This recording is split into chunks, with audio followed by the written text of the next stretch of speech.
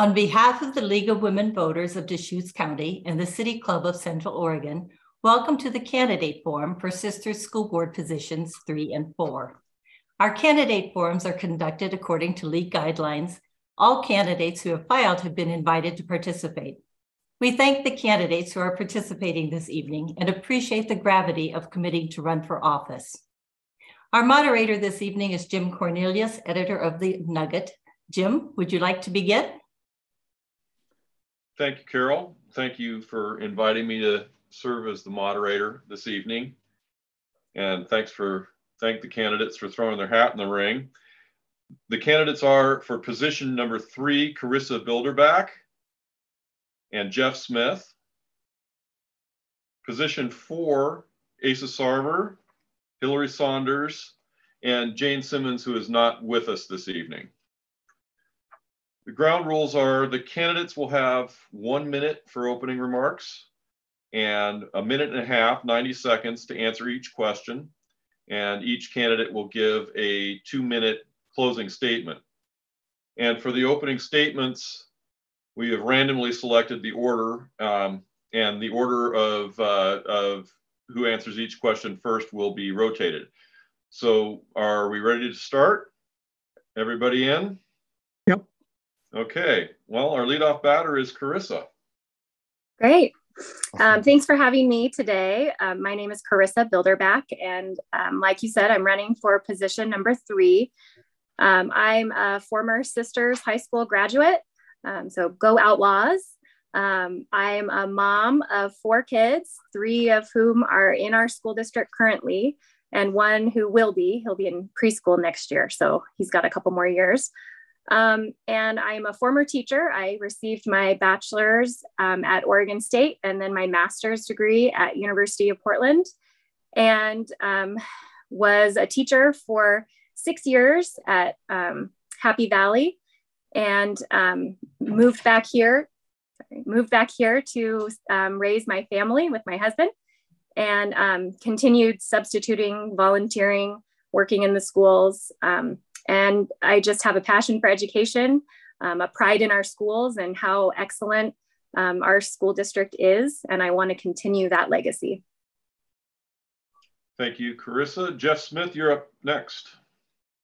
Okay, I'm Jeff Smith. I'm a 27-year resident of Sisters, have been on the school board most of those 27 years, served 12 years and took about a year and a half off when the chair said, Jeff, we need you to come back on because we need a balance of experience on the board.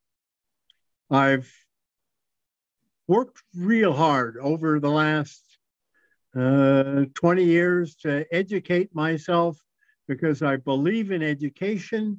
I believe in education, good education for our children, and I believe in education for school board members. So I've worked real hard to get my skills up and learn the issues and get all of the training from OSBA that I can. I'm a retired college professor, moved to Sisters in 1995, continued to teach in Southern California at Cal State Dominguez Hills for 10 years after I moved up here, would fly down Tuesday morning, fly home Thursday night, and it was a life that I loved. My teaching was in Jeff, your time's up, so you'll have to catch the rest of that a little bit down the line. Asa? Hi, I'm Asa Sarver. I'm currently on the school board. I have 2 young children, 1 3rd grader at Sisters Elementary and as soon to be kindergartner. I was appointed to the school board 1 year ago, and I took Don Hendrick's position. He actually even voted for me, so that felt pretty good. It felt very good to have the trust of the school board, so I took my position very seriously. I did the OSBA training, so I understood the roles of a school board member and the importance of it. And I feel like I'm just getting going, and I'm happy to be here and looking forward to continuing on with the school board. Thank you, Asa. And Hillary, over to you. Thank you. Hello, everybody. I'm Hillary Hedemark Saunders. I grew up in Sisters and went through all three of the schools very proudly, and also graduated in 2000 along with Karissa. So go Outlaws. I'll have to copy that saying. I went away to college and ended up in San Francisco in law school, started a company in San Francisco, and got to the point where we were able to move back home with my family, including my two twin 3-year-olds who are currently in Montessori preschool in Sisters. I want to continue, similar to the rest of the people on this amazing panel, continue the legacy that Sisters has and provide the utmost best education to our community, and want to do that through involving the educators, the parents, as well as the students, which I participated in the school board meetings when I was going through school and Jeff was on the board. So thank you all. Okay, and Hillary, you can kind of just carry on, because the first question is to you. Why are you running for school board, and what are your qualifications? Great question. So I would say that the answer to why I'm doing it and why am I doing it now is because in this season of my life and my career, I am able to donate the time and the dedication to the school board and the time commitment that it will take. My background as a lawyer, I think, will be very valuable to the school board, as well as the community at large, to be able to translate what a school board is there for and what it is not there for. And I think a lot of time and energy has been spent in the mass media over the last handful of years, drawing attention to what a school board is not there for, and wasting very important time of those school board members. So I'd like to help by refocusing the efforts and making sure that the community is involved in the right ways.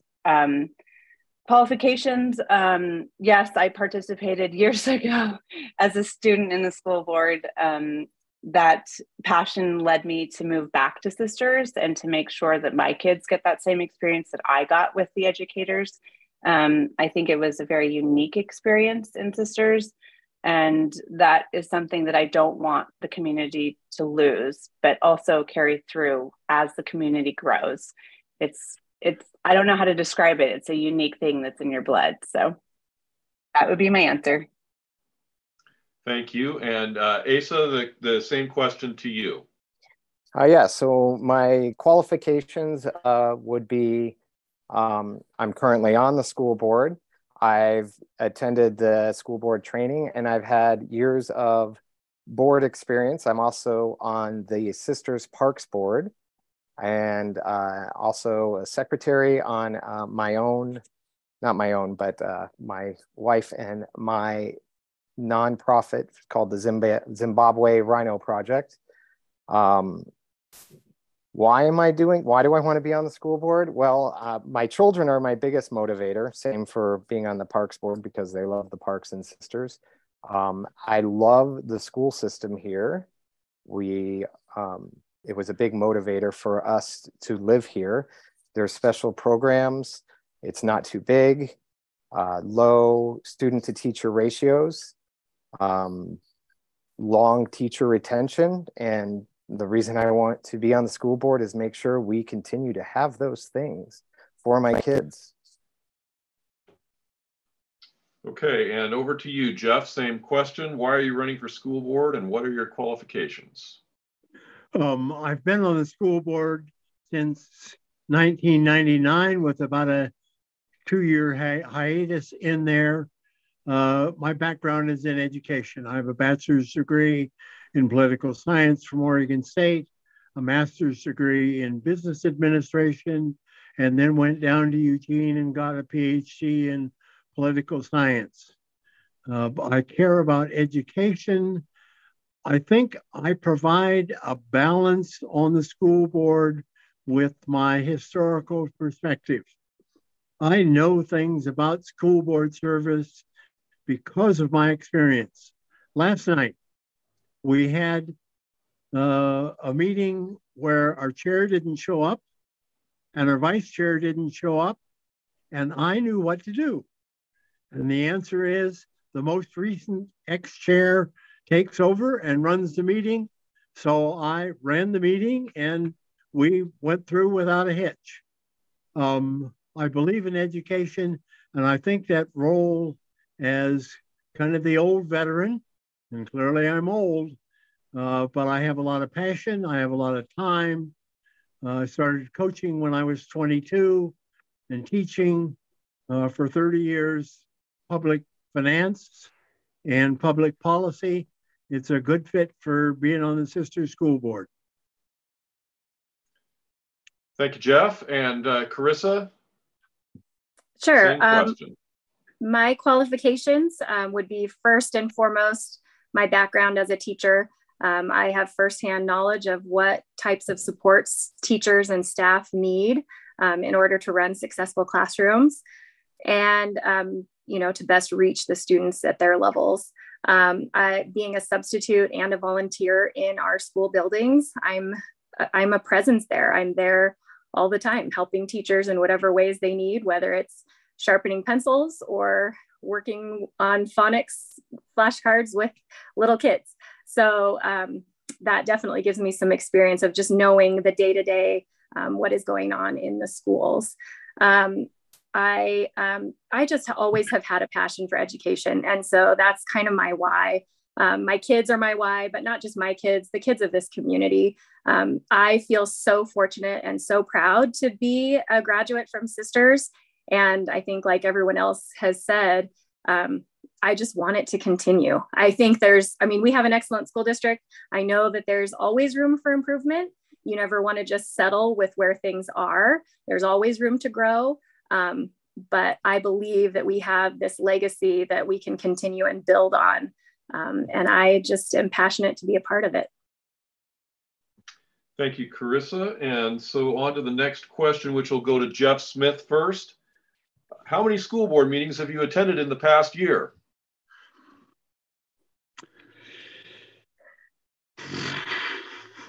I would guess maybe 20. We have 12 regular school board meetings and then have had 4 or 5 special sessions. So I think the answer is maybe 20 in the last year. Okay. Karissa? I have attended 2 in person, and just based on issues with my children and their extracurricular activities, trying to balance a life as a mom with 4 kids. I wish that I had been able to attend more, but the superintendent coffee hours that Kurt hosts once a month, those are things that fit in my schedule, and I have attended several of those. But 2 actual school board meetings, and then the budget committee meeting last night as well. Asa? Well, I've attended all the ones that that have existed since I've been a school board member, and then prior to that, in the last year, at least 4 in person and a couple on Zoom within the year, and even before that. But I couldn't give you an exact number without looking at a calendar. And Hillary? I've been fortunate enough to be able to utilize the Zoom technology and attend 2 of the most recent school board meetings, as well as the budget committee meeting last night in person. And I'm honored to also be on the PAP committee with these lovely other panelists to try and help support Sisters repass our existing levy to help our schools. Okay, Asa, the next question will go to you, and that is, what are the top needs of the Sisters School District? Well, I'll just start with the biggest one right now, which would be funding. Last night, we had our budget committee meeting, and we learned that the state of Oregon will short fund us about 7% of the budget we need. And because of that issue, not just because of that issue, just because I love Sisters, I ended up chairing for our local option, which would provide 10% of our annual budget. That is clearly a big issue. It's what keeps, it accounts for 16 teacher salaries, our special programs. So those are some of the issues that I'm looking at first. And then obviously, once we have the funding, I would like to make sure that we continue to have our special programs. I would like to make sure we're taking care of teachers. Housing is a big issue. A huge portion of our teachers have to commute here. And that's something we've been discussing as we are looking at a new elementary school and what to do with the space at the old elementary school. And that in the hopes to continue that teacher retention. I would love to get a second language back in the elementary school. There used to be one. That was through a grant, not through our budget. So I'm looking at partnerships in the community or elsewhere to help give us special programs. Okay. And Hillary, next to you, top needs of the Sister School District. I think one major one, I agree with everything that Asa just said. In addition, I would say that preschool /early education is a major need included. There's just so many young families that are moving into Sisters that do not have early education or early childhood options. And that, along with the need for having the housing to bring in the teachers, is a huge one. In addition to that, I would say making sure that we continue the access to top-notch education. We have one of the highest teacher retention rates, but I mean, my personal opinion is that there needs to be the ability to pay those teachers, because they are more than what we are paying them, because that is the most invaluable thing that our kids are getting, is their education.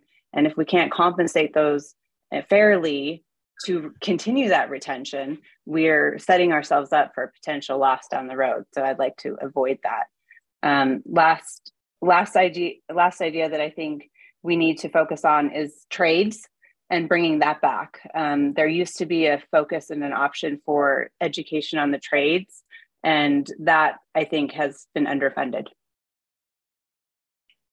Thank you, Hillary. And Karissa, it's next over to you.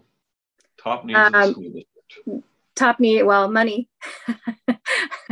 In addition to that, space, obviously, I know that's coming with the building of the new elementary school. But in the meantime, we are going to have a year of some very tight quarters at the elementary school, and getting creative and talking with the teachers about how best to utilize the tight spaces that we have over there. So that's more of an immediate need. But I would also say behaviors within the classroom have risen in the last 5-10 years, negative behaviors, I would say. And just having a more accountability and high expectations for those behaviors, and, consequences that are followed through, because when you have students that are unable to keep their bodies safe in a classroom, it hinders everyone in the classroom. And figuring out how to just set those high expectations so that everyone there can learn and grow. So that would be definitely one need that we have. And then also, like Hillary mentioned, just innovative career pathways. In a dream world, if we had money to dedicate to extra programming for mechanics and tech, stuff in the tech trade, giving these kids who, may not choose college as a career pathway who have other choices that they're making, giving them a leg up to find their own path to be successful after they leave Sisters High School. Thank you, Karissa. And over to you, Jeff. I think our biggest concern at the moment is to pass the local option. We have done that for the last 20 years. It provides 10% more dollars for our schools, and we don't run any more buses. We don't heat the buildings anymore. We put all of those dollars into our staff, and that gives us the lowest class sizes of almost any school in the state of Oregon. I think another big issue for us is housing for our teachers. We have people who would like to come, teach in our schools, but they can't afford to live in town. Who'd have thunk that the school district would be developing housing options for our teachers, but that's where we're going to go, and that's how we're going to get the best and brightest we can. I think the other challenge is making effective use of the old elementary school. And when we move into the new building out on the campus west of town, we can provide some early childhood educational opportunities in that building. We can do a lot of things that will service the community.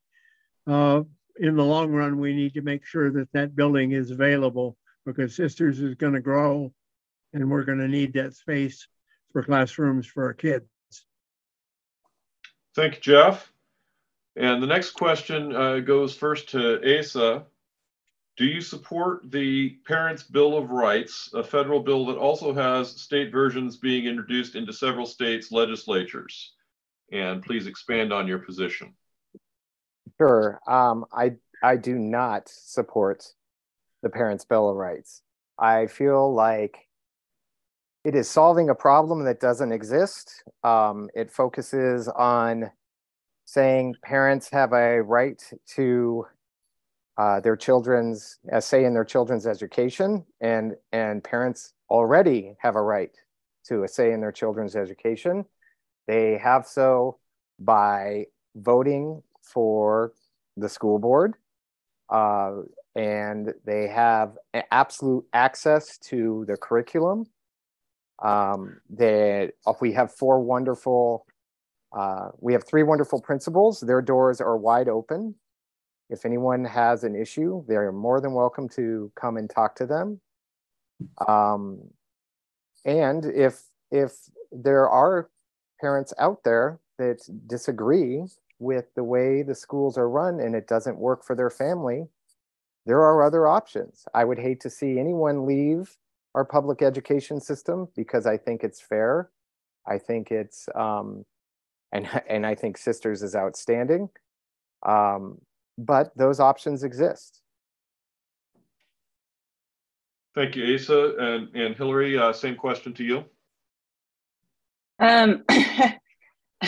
I was asked this question not too long ago, and unfortunately or fortunately, my brain goes straight legal and goes right to the verbiage of the law as written, and I have to parse out an answer in a way that I understand where the intent was, and I don't think the intent of it was bad. Unfortunately, the idea was given to lawmakers who now all have their people to satisfy, and the way that it's written is not very well written. And I think it's extremely overbroad and doesn't actually solve what people are hoping to solve for. There are concerned citizens who feel in some districts that they don't have access or don't know what their kids are being taught in school. Sisters is different. You can go to the website, you can see the curriculum links. You can go to the state of Oregon, you can see the curriculum links. You can sit into classrooms, and like Asa said, you can talk to principals. I do agree that parents should know what their kids are being taught. I do agree that parents should have a say in whether or not their child is taught a certain subject. If they have a moral belief against it, then that's fine. They don't have to go to that lesson.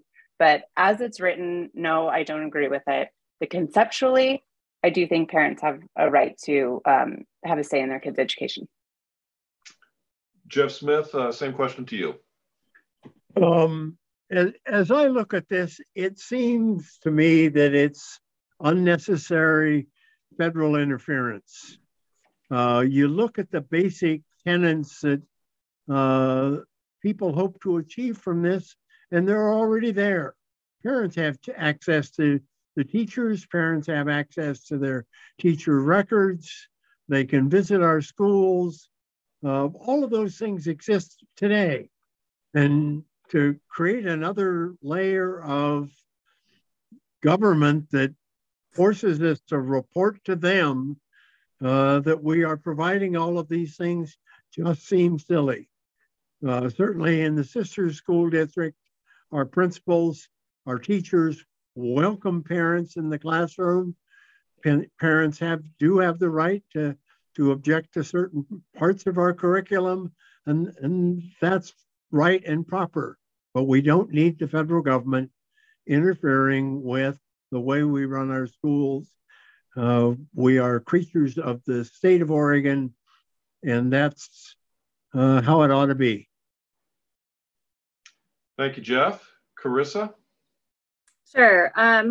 I think that already in Sisters, we have a transparency amongst our community with what is being taught in our classrooms. Like Hillary said, we have access to what is being taught online. We have links directly. We have easy communication to the teachers who are teaching those lessons in the classroom, and just easy access and availability of our administrators and staff to get the questions answered that parents may have. We're partners in the kids' education, so parents, I definitely feel like parents have an equal say with how their kids are being educated, just as much as the teachers and administrators and the greater community, because it's their tax dollars that are being spent on our kids. So I don't know that a Parents' Bill of Rights is something that is needed right now in our community, because I think they already have those rights. They're already there, embedded in our culture of our schools.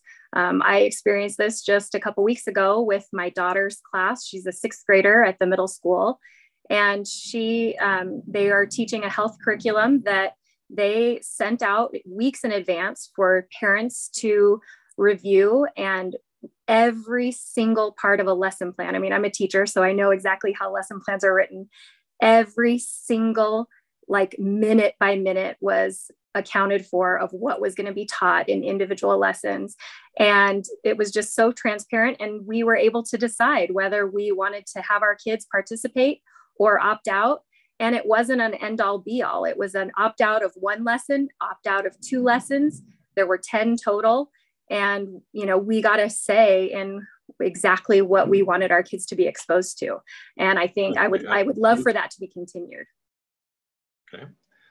Thank you, Karissa. And you can borrow time from your next answer because you're up first on this one. What would you most like to change or improve as a school board member should you be elected? I touched on this a little bit earlier, but behaviors, classroom behaviors. I definitely have seen just in my own teaching experience and then in substituting in the classrooms in Sisters, an increase in negative behaviors that affect all students.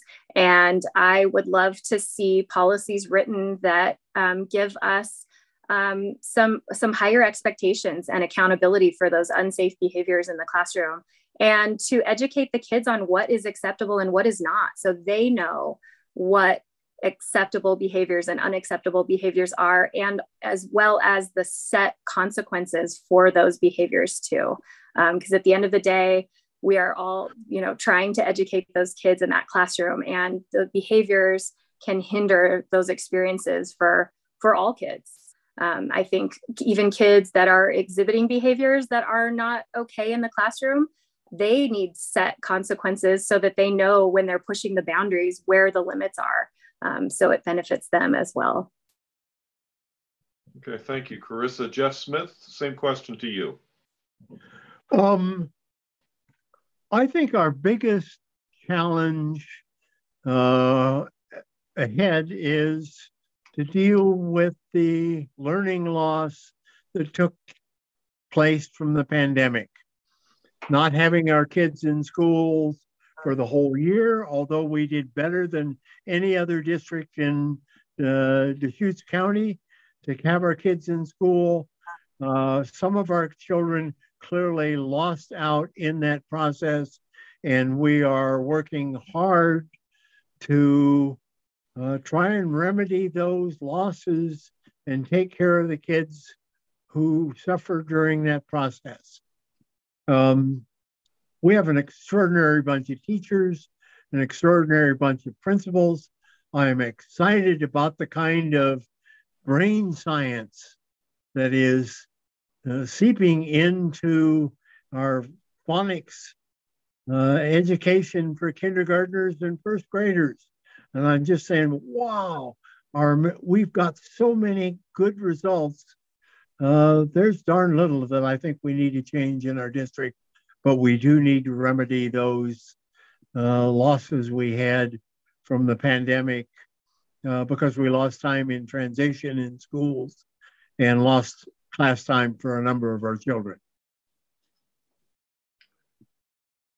Thank you, Jeff. Asa, same question to you. Well, I definitely agree with what Jeff said. I mean, we definitely need to get our kids back on track. But I will say we just had a report that showed that we're pretty close already because our teachers are that good. So I'm excited to see the tests. They bring in test scores and show us from the beginning of the year to the midpoint, and we are halfway caught up already. So I think we're on the right track there. My concern would be more about getting another counselor in because of the pandemic. There has definitely been some. I mean, that was a rough time for all of us. I think we all need a counselor after that. And we do have more counselors per student than our neighbors, which is helpful. So I think we're on the right track there, but I think we could use another one. I also, looking at how fast we're growing, keeping those students to teacher ratios low is going to be a challenge. We're moving into a new elementary school in a year. You can't find a spot at a preschool here. So we have a lot of little people coming. And I think we're going to move in pretty tight right off the bat into a new school. So I think we're going to need to get more teachers.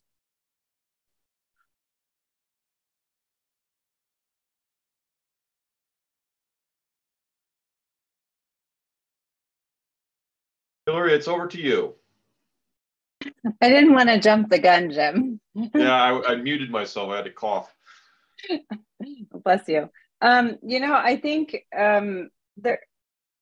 as we're growing, there's this really cool opportunity for the long-term experience and residents of the Sisters community come together with the new residents who have their own host of experience and skill set that they can bring. And I think there needs to be a joint effort between the school board, Parks and Rec, and City Council, all sorts of different organizations to really see how we can all work together to come up with solutions to the individual problems that people have raised thus far. And I think there's a lot that can be done.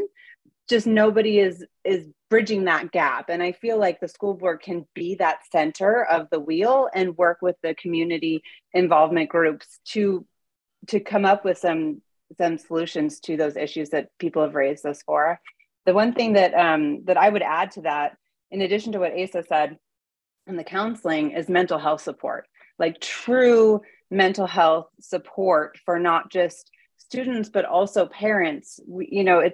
It's horrendous every time you turn on the news or listen to something and somebody could have or should have or did say something and nobody listened to stop the tragedy from happening. So I think we need to provide that as well to all the students and their families.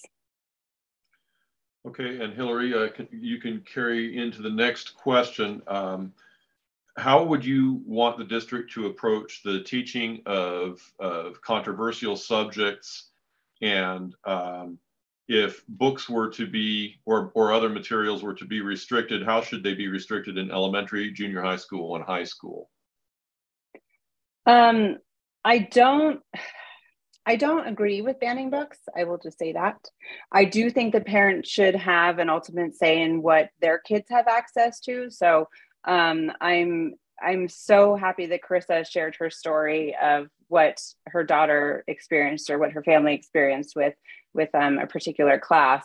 I think that there is just so much historical good nuggets of education out there, and I really don't think it is helpful to anyone to stifle that. There's things, history repeats itself, and if we don't learn about it, the truth of history, then we're just setting ourselves up and our future societies up for massive catastrophe. So I don't think that the school board has the ability to make those says. The school board is there to make sure that the laws that are there are adhered to.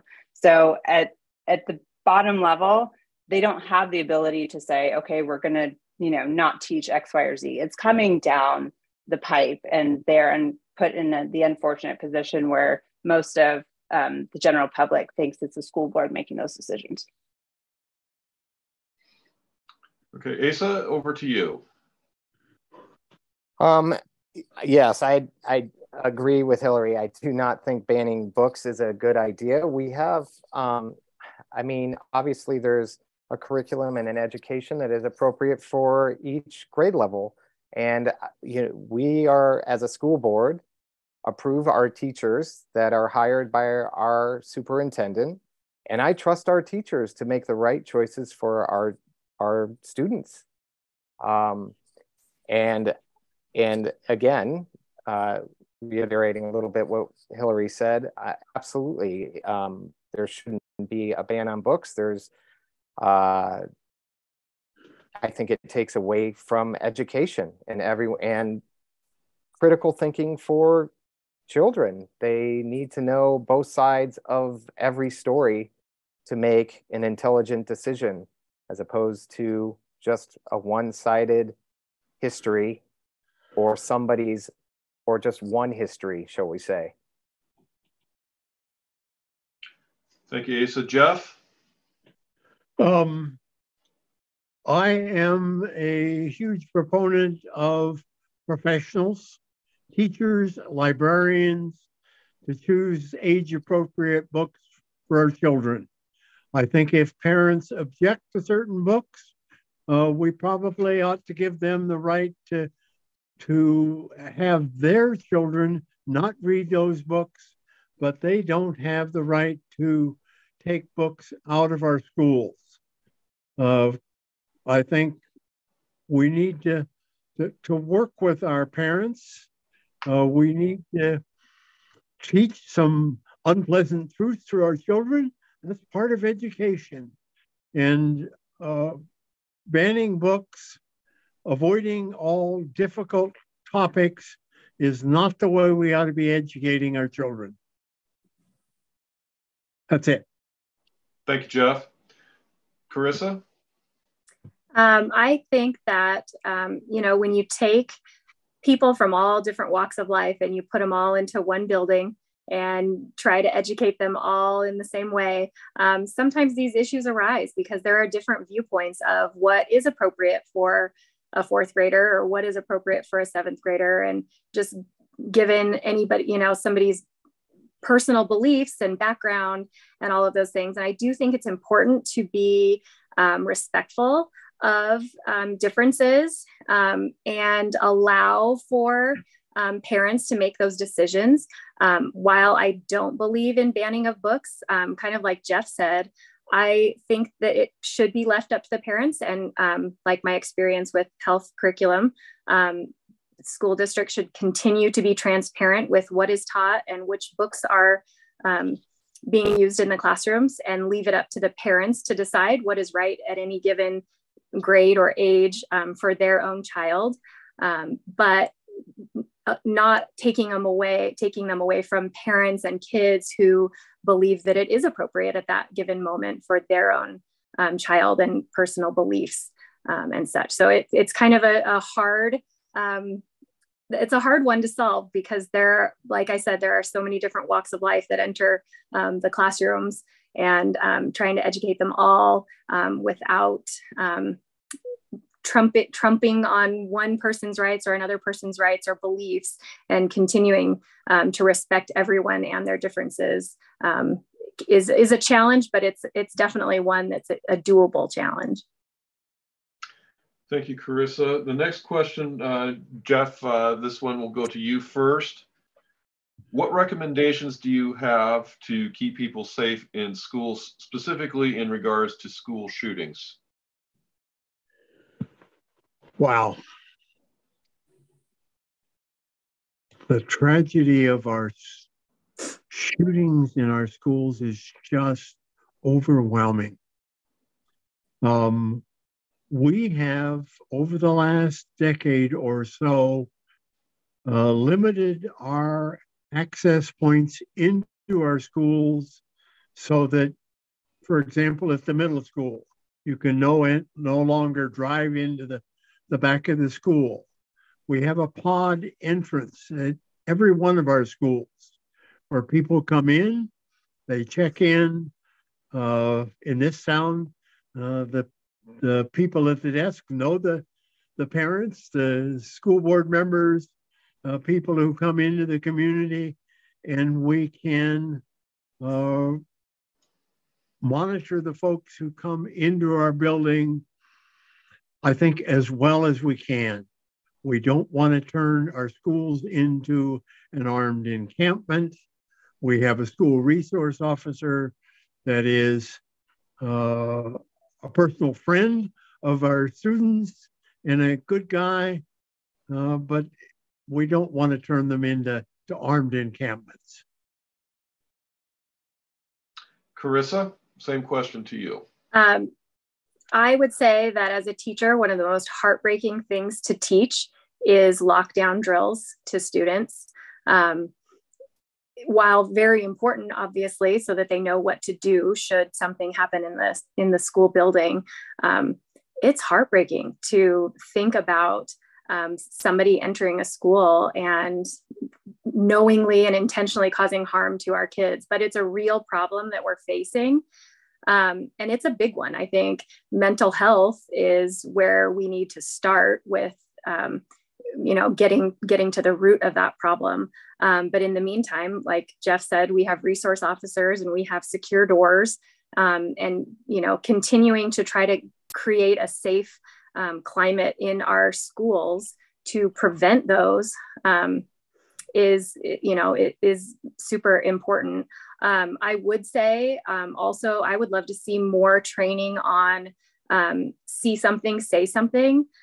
Kids need to know that any concern that they see, whether they believe that it's true or don't believe that it's true, or think that nothing would come of it, that's something for an adult, an administrator, somebody in the school to follow up on and take seriously. Every tiny potential, threat, big or small, needs the attention, so that we can prevent as many of these tragedies as possible until we figure out a bigger and better solution.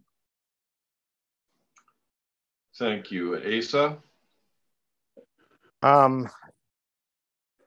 This is a huge problem, and until our federal or state government can guarantee people that shouldn't have guns in their hands we will have to deal with this fear at a local level. I don't know if you remember last year, we did have a call and a lockdown at the elementary school, and it was very scary. But we do have a program in place by experts.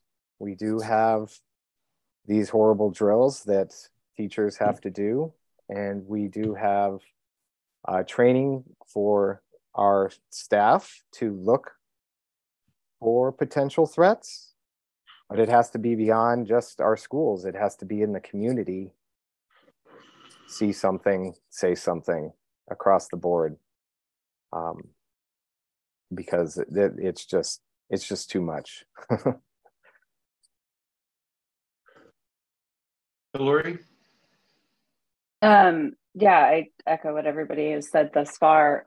I don't have a solution. If I had a solution, I would share it and there would be no more mass tragedy. I think everyone would say the same thing. Mental health, I believe, is a good start in making sure that everyone in the community has access or has a very clear picture or direction of what to do when they feel like something is amiss. It could be anything, you know, if you're at the park and you hear a group of kids talking about something that just doesn't, you know, that just doesn't sound right. There's instinct for a reason. And I don't know what I would do if I did that. And I think that is part of the beauty of Sisters is we are small enough where chances are, you know, someone who knows someone to address an issue. And growing up in the schools, we didn't have bully problems. And I think part of that is because it feels like a very large extended family because we are so small.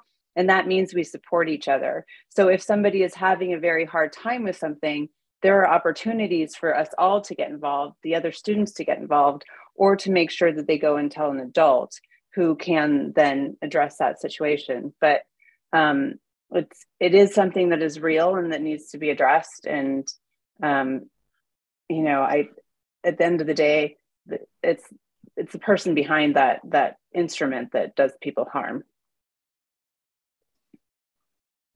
Okay, thank you. And the next question goes to Asa. Do you feel it is important for students and the public to have access to a history of the United States that includes struggles of Indigenous peoples, immigrants, women, people of color, and LGBTQ plus, or not? And please expand on why. Yes, absolutely. That you just described the United States. We are a melting pot, and everyone should have the right to know their history or anyone else's history whenever they want.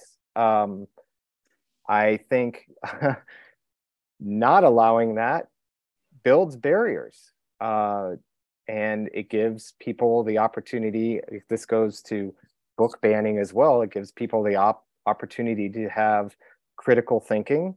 And there are two sides to every story, and everyone should have the right to read, see, learn everyone else's history if they would like. Okay, and the same question to you, Hillary.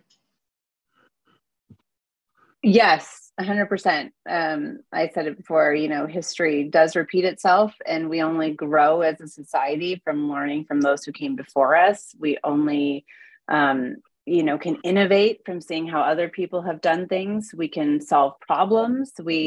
I mean, God, I just looked at the telescope that's out in space and all those different galaxies, and it just blows your mind. And who would have thought we would be here today with, you know, thinking that we're going to limit somebody's education? I mean, somebody built that and it's out in space, and all sorts of people, all colors, all shapes, all sizes. We are a community, and we wouldn't be here without each other. So I think the underlying issue is that everyone should be able to access information that is true, to gain their own knowledge, and then to critically think and decide for themselves how they want to take that information and live their own lives. Thank you, Hillary. Sorry, I got a little excited. And Karissa, you're next. Yeah, my answer again to just like Asa and Hillary is definitely yes. I believe that it is important to be teaching the history not only of our country, but of what adversities different groups within our culture have experienced. Because at the end of the day, that's how we all learn about one another and connect with one another. And Sisters is a place where we have built this community culture around our schools. And I just see educating kids, about different diverse backgrounds is crucial to continue that empathy building amongst students, but not only that, just amongst staff, amongst parents and staff, and everyone, in order to provide education for our kids. And Jeff? The question, I was heading off in another direction. Do you feel it is important for students and the public to have access to a history of the United States that includes struggles of Indigenous peoples, immigrants, women, people of color, and LGBTQ+, or not? And expand on why. Absolutely. I think it is important that we look at the struggles of all of our people. When I taught at Cal State Dominguez Hills in Los Angeles, it was a wonderfully diverse population of students. About a third of our students were Anglo, about a third of our students were Black, about a third of our students were Hispanic. And it was a wonderful environment, and the diversity was great for us. We have some warts in our history, and I think we ought to acknowledge those. I think that goes for individuals. We need to be accountable for errors that we have in our past and own up to those things and vow to improve. We have treated lots of people in our nation badly over the last 2.5 centuries, and we need to own up to that. I don't feel any personal responsibility for those bad behaviors on the part of our population, but I think to understand where we've been helps us to move forward into a better society, and that's what our schools ought to be doing. Okay, thank you, Jeff. The next question goes to Asa. You all touched on this a little bit in a previous question, but if you can provide a definitive answer to what extent should the school board members be involved in determining or altering curriculum? Wow. Well, I mean, as a school board member, we do approve policy. As far as curriculum goes, that is brought down from legislature. I don't think as a school board member, we would be meddling in curriculum. Those are set by experts at a legislature level, and we can approve it. We can also not approve it, but then we probably won't be getting any state funds, so that would be a big problem. So no, I don't think we would be meddling in the curriculum as a school board member. Thanks.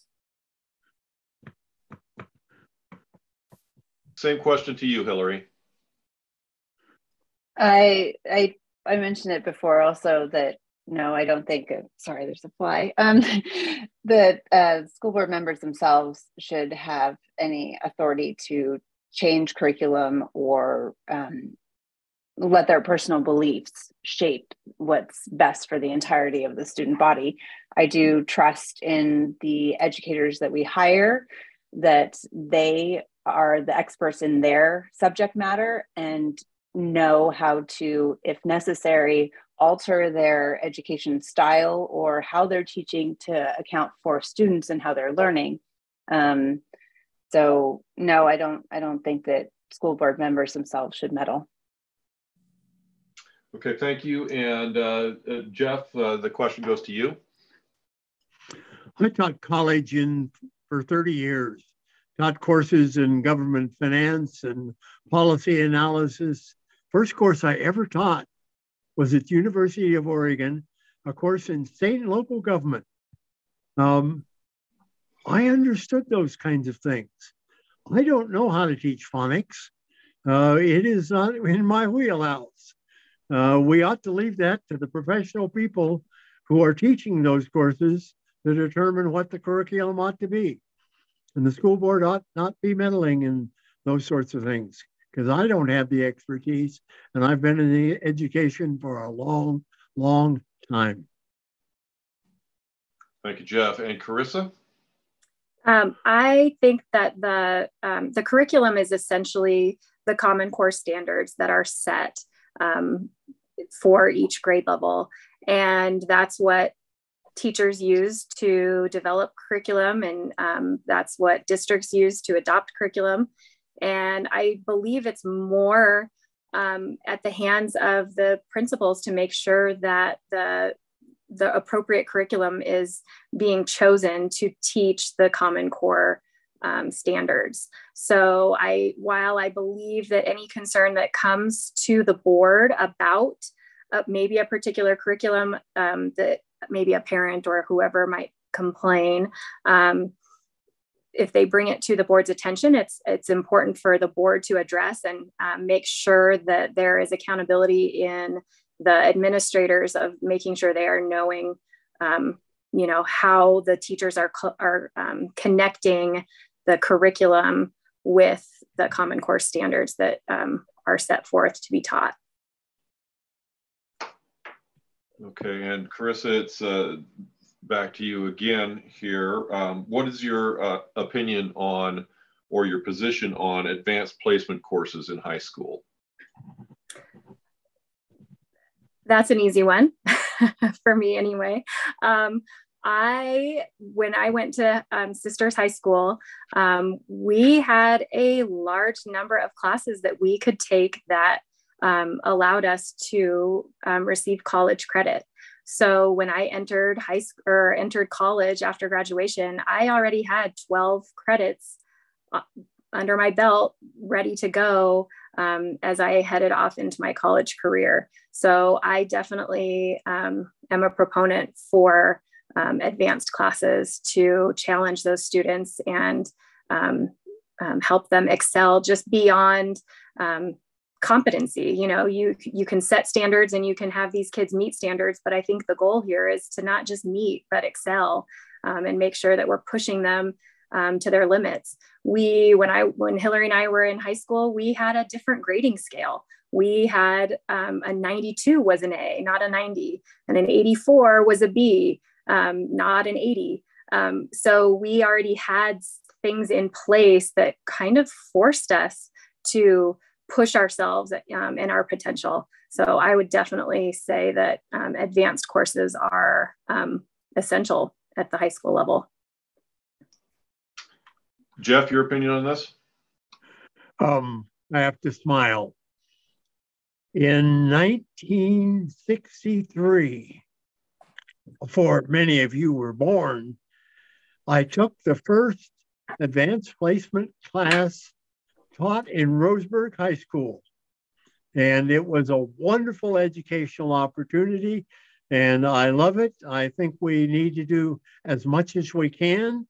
And clearly we are limited in the number of courses that we offer, but advanced placement is great for kids.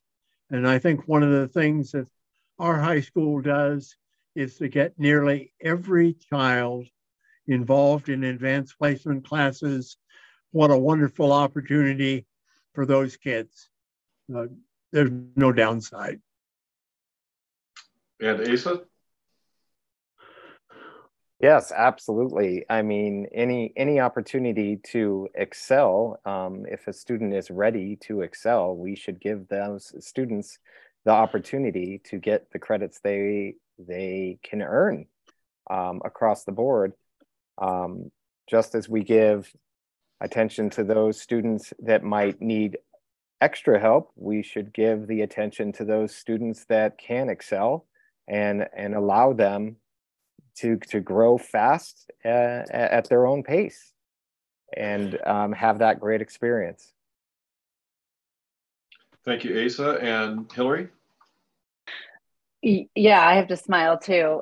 When I first started in Sisters in first grade, we had a talented and gifted program even in elementary school. My mom was a big part of advancing that forward, and that led into advanced placement classes and all sorts of things in middle school and high school. So I think that the advanced placement, in addition to helping kids who might need extra time, should be available starting in the younger years as well.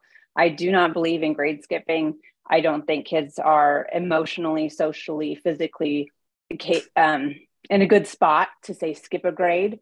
I think it's up to the educators and the system to create the challenging material at whatever level that is at their age level that is appropriate. So whether that's advanced placement in high school or robotics and engineering in middle school or multiple languages in elementary school, whatever that next step is to be challenging, because I think that then addresses also behavioral issues in the classroom when children are not challenged, they act out.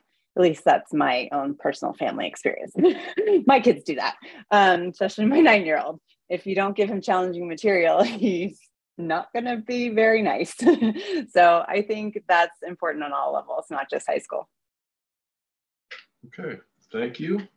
And Hillary, this next question goes to you first, and that is, what are your personal beliefs on gender affirming care within our school system?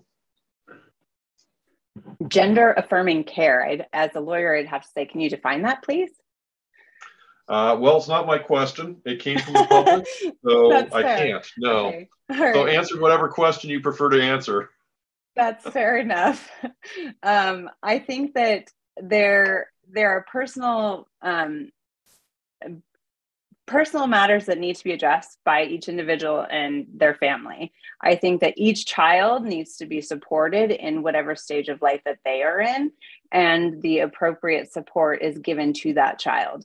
I do not think it's appropriate to force any child into a situation where they are either ostracized or belittled in their grade level or made fun of or set up to be bullied. So I think that personally, I would like us to support all the children in whatever needs that they are and put our own personal beliefs aside and for the betterment of them.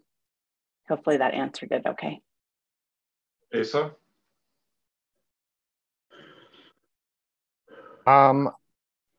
Yeah, it's an interesting question. My belief is we have students and we let our students be who they are, no matter who they are. And we should support them and educate them and help them grow. And that should be our only focus, period. Jeff, same question for you. We are in a new world, and it's a better world. We need to be respectful of other people's perspectives. We need to be caring. We need to be kind.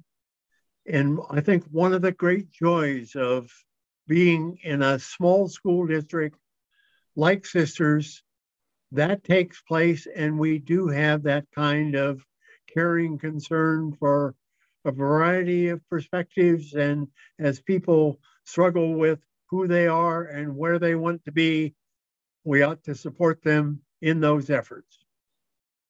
That's it. Karissa? I know that part of Sisters School District's mission and vision is to create a culture, create a community where all students belong and feel that sense of belonging.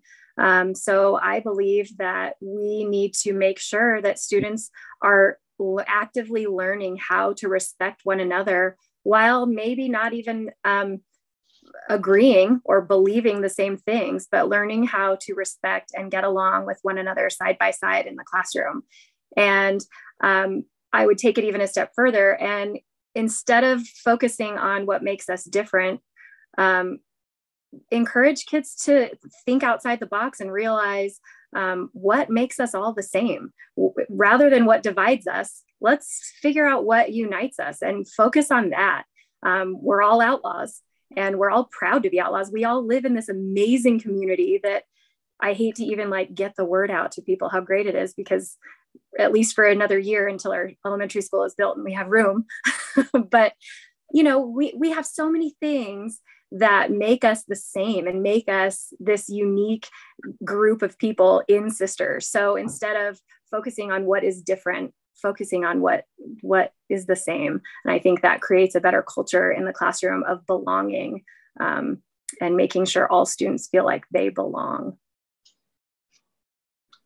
Okay, thank you, Jeff. Should all students be vaccinated if they are in the public school system?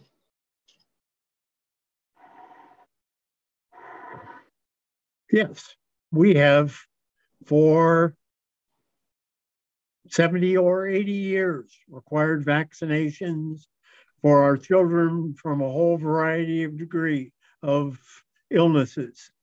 One of the things I taught in my college classes was the notion of public goods. There are some things that we consume that impact other people. And clearly vaccines are one of those kinds of things. That's why we have speed laws on our streets. That's why we have all kinds of rules about personal behavior. And our schools are safer if our kids are vaccinated. And we have done that for almost a century, and we ought to continue to do it. Karissa, over to you. This is a tough one, because while I see the importance of like herd immunity and in a classroom where there's lots of students and lots of germs being passed around, I also believe in personal choice and the ability for parents to decide what they believe is best for their child. So I guess on the issue of vaccines, I don't believe that they should be required. I believe that parents should have a choice in that. Asa, over to you on that question.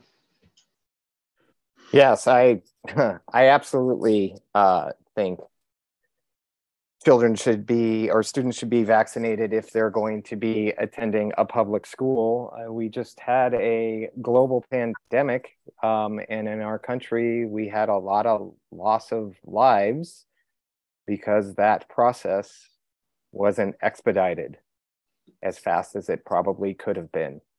And I think we probably would have saved a lot of lives, not just in our schools, but in general, if we all practiced public safety for each other.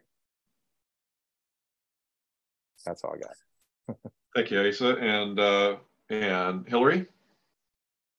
I don't have a medical degree. I don't have any degree in science that would be able to back up anything other than just my own personal gut feeling.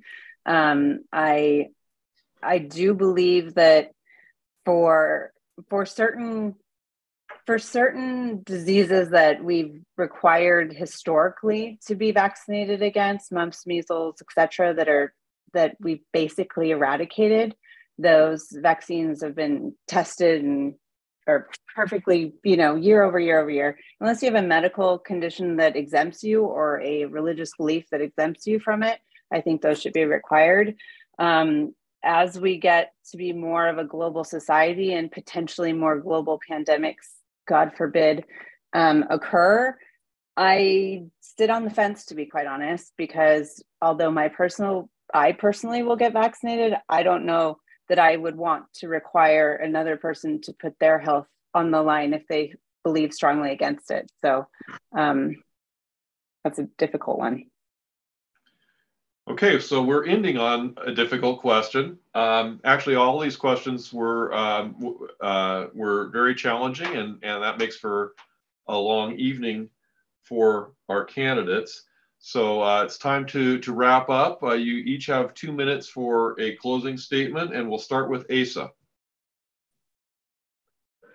I just want to first say that I am so glad to be a part of this Sisters community and to have children in the schools here.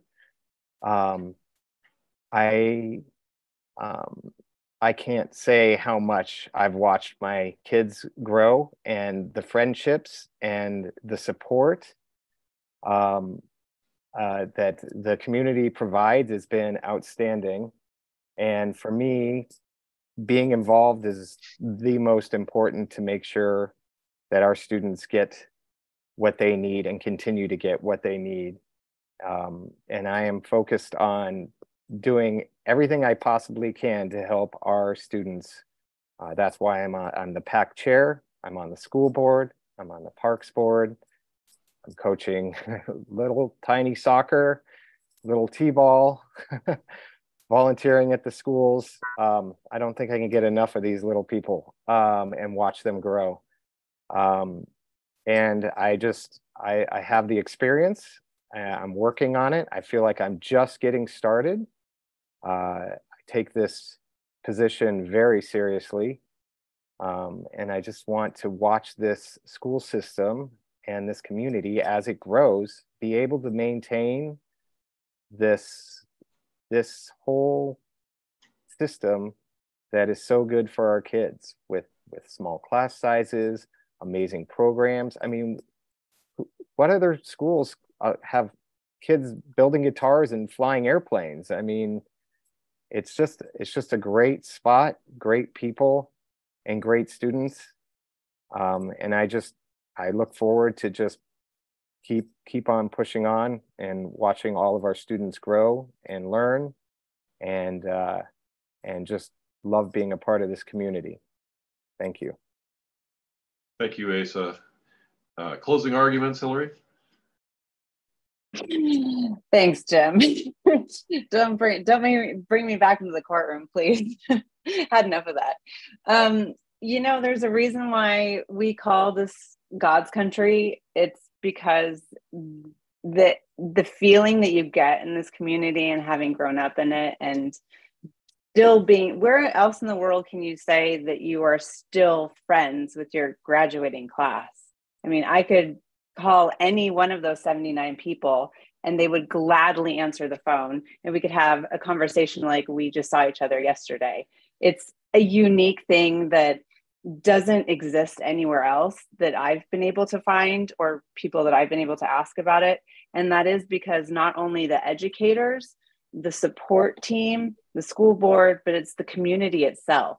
And that is why I moved back here with my family. My mom was an educator. I run into my old teachers and we have lunch and we hang out, and it's that family feel that I want to make sure is passed down to not just my kids, but the kids in the community for years to come. And they learn how to be a respectful human and graduate and go on to their life-changing, world-changing experiences, and then come back and continue that. I appreciate all the candidates. You all are amazing and you have great ideas, and I would be honored to be a part of it and continue that to support the community. Thank you. And Karissa? Like both of them have said, Sisters is a very special place, and we all know that. That's why we're here. We've bought in 100%.